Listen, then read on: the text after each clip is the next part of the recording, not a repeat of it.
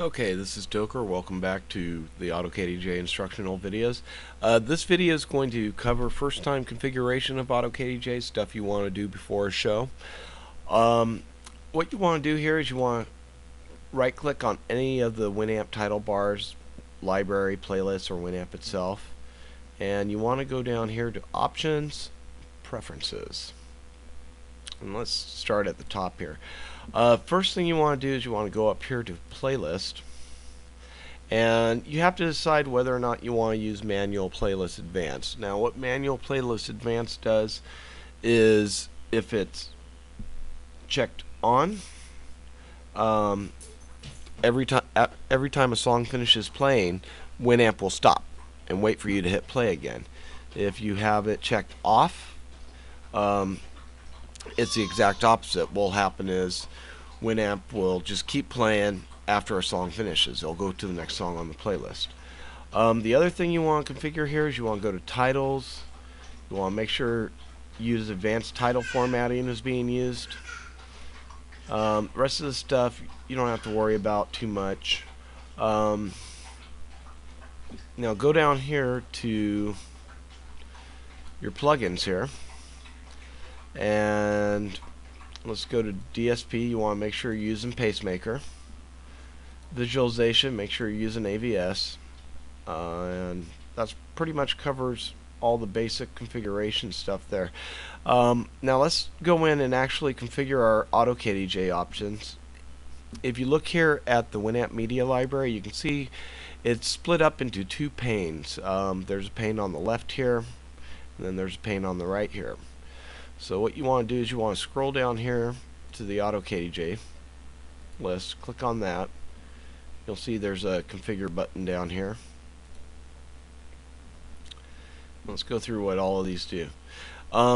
Enable HTTP server. What that does is it lets you put your playlist on an HTML page. So let's just queue up some songs in this playlist for now, real quick. I'm just going to type in some garbage names here. Turn that down. And one more. Okay, and I'm going to bring up a web browser here.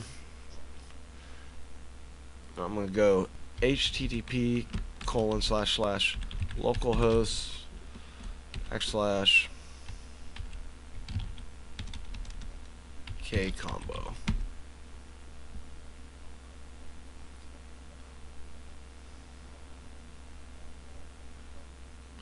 And you can see we got the playlist here, we got singers, and the playlist here. We also got our rotation order over here,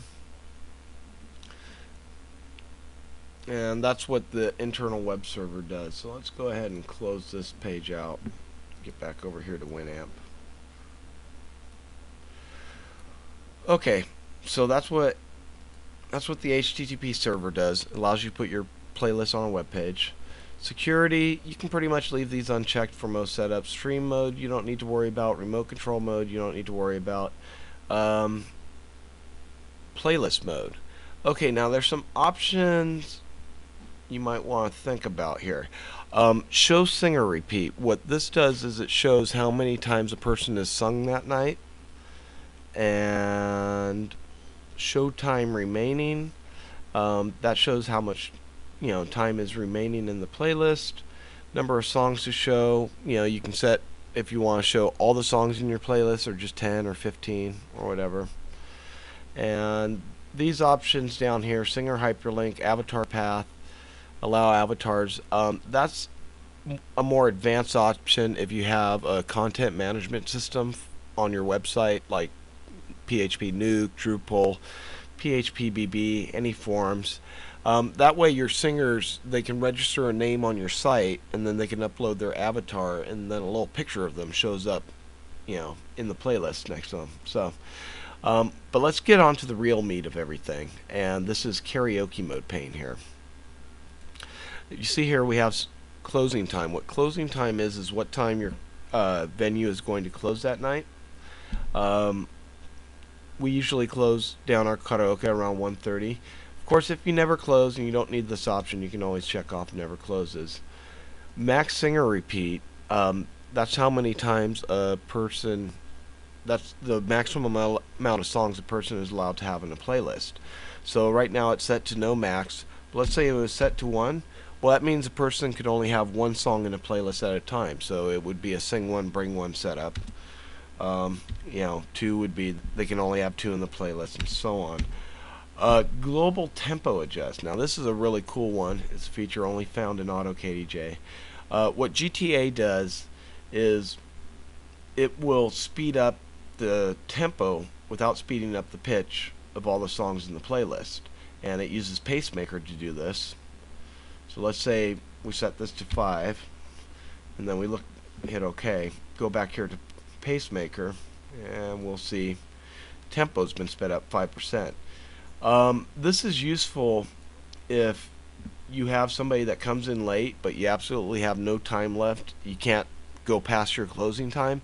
You speed up all the songs in your playlist, and what that'll do is make extra room for that singer, so you can always get somebody in after you're sold out. Enable crash recovery features. Most people are going to want those. Start playlist upon first karaoke in queue. What that does is if there's nobody in the playlist, nothing in the playlist at all, first person that in queues, it will start playing immediately. Use standby queue. That's if you're sold out. People can still queue up, but whether or not they get in, that depends on if other people quit or if you raise your GTA over here. New singers preferred in rotation. Now we're gonna cover this in our next lesson a lot. That has to do with max singer wait time and dynamic queue lock. That's a lot of stuff we're not going to get into right now, though. Clear playlists on Winamp close. I like to leave mine unchecked, just in case something goes wrong. Stop playlists on last custom CDG. Custom CDG, the way those work is, let's say you have a regular disc player, and you're using a video switch between your computer and your disc player for when customers bring in songs.